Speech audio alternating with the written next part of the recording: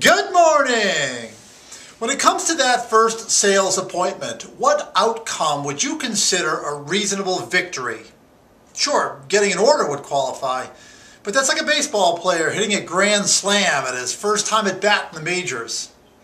Let's say that you've just walked out of your first appointment with a new prospect. It went well, you think to yourself. The customer heard about your equipment and your services and your differences.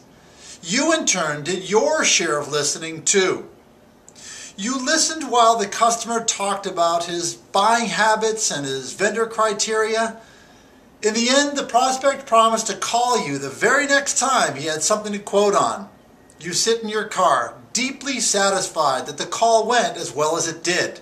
It feels like a victory. A victory. But what if you really won?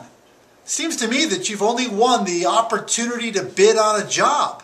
Is that the win you really want? Really? Stephen Covey would tell you to begin with the end in mind. Before you walk into a first appointment with a new prospect, consider where you want to be when it's over.